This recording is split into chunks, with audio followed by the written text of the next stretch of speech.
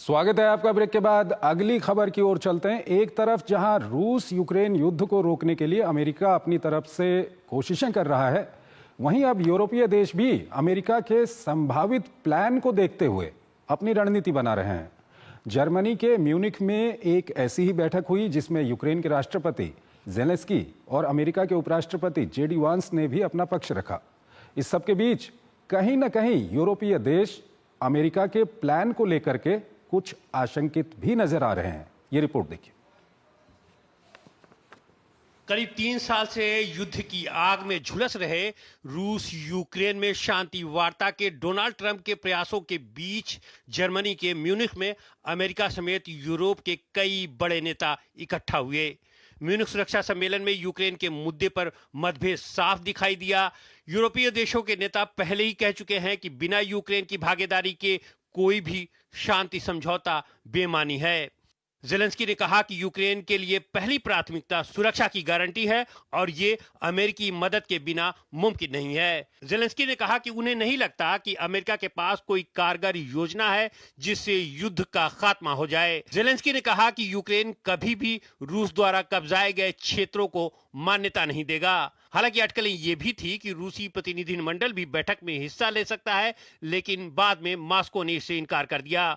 वहीं नाटो प्रमुख मार्क रूटे ने यूरोपीय देशों से यूक्रेन शांति समझौते के लिए ठोस योजना बनाने का आह्वान किया है। बैठक में अमेरिकी उपराष्ट्रपति के संबोधन पर सबकी निगाहें थी। बैठक में आने से पहले उन्होंने किसी शांति समझौते पर नहीं पहुंचने पर रूस को कड़ी चेतावनी देते हुए प्रतिबंध लगाने के साथ संभावित सैन्य कार्रवाई से इनकार नहीं किया। बैठक में यूरोपीय देश उनके निशाने पर थे। जेडी वेंस ने कहा कि यूरोपीय देशों को महाद्वीप के भविष्य में बड़ी भूमिका निभानी चाहिए, लेकिन ये पता नहीं है कि वो किसके खिलाफ अपना बचाव कर रहे हैं। उधर राष्ट्रपति ट्रंप और पीएम मोदी की मुलाकात में भी यूक्रेन शांति वार्ता का मुद्दा सामने आया। राष्ट्रपति ट्रंप ने रूस यूक्रेन संघर्ष पर शांति वार्ता की आवश्यकता पर जोर दिया, तो वहीं प्रधानमंत्री ने स्पष्ट किया कि भारत तटस्थ नहीं रहा बल्कि हमेशा शांति का पक्ष धर रहा है। पीएम मोदी ने कहा कि ये युद्ध का युग नहीं है और इसका समाधान केवल बातचीत के माध्यम से ही निकाला जा सकता है।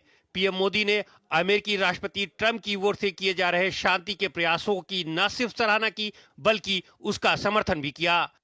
शांति वार्ता के प्रयास के बीच यूक्रेन के चेर्नोबिल परमाणु संयंत्र पर बड़ा हमला हुआ है। हमले में इसके कवच को नुकसान पहुंचा है। हालांकि रूस ने ऐसे किसी हमले से इनकार किया है।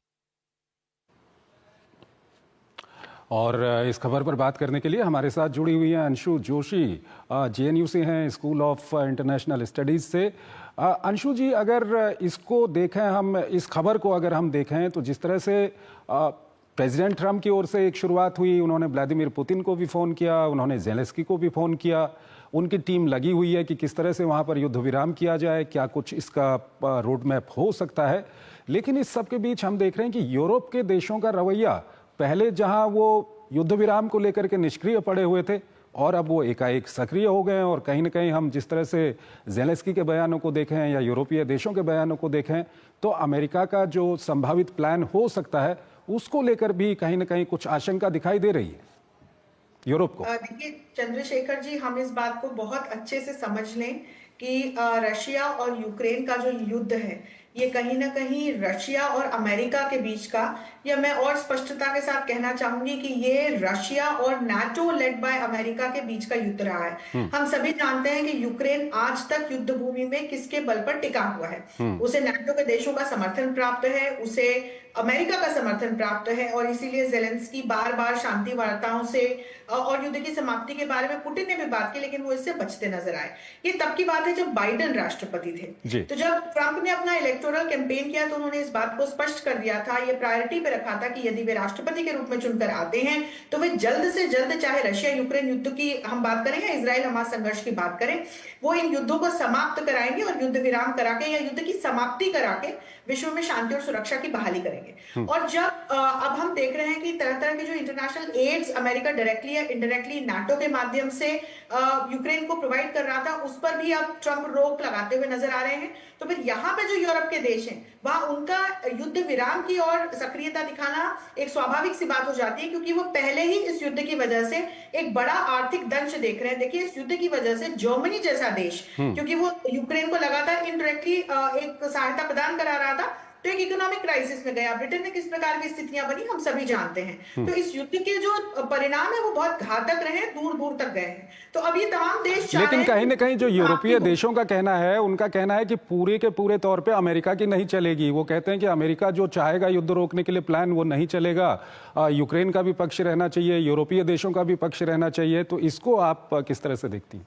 देखिए, नाटो में चंद्रशेखर जी है, जिसमें अधिकतर आप नाटो के सदस्य देशों को देखें तो ये तमाम जो यूरोप के देश हैं ये भी अब खेमों में बट गए हैं। तो आप दो खेमे दिखाई पड़ेंगे। एक खेमा ये चाहता है कि चूंकि इतने बड़े पैमाने पर इस प्रकार के आर्थिक परिणामों का सामना देशों को करना पड़ रहा है, तो युद्ध की जल्द से जल्द समाप्ति हो। और एक खेमा जिसको कि जेलेंस्की ने कहीं ना कहीं ड्राइव कर रखा है कि भाई सशर्त और जेलेंस्की की शर्तों पर या यूक्रेन की शर्तों पर युद्ध समाप्त होना चाहिए।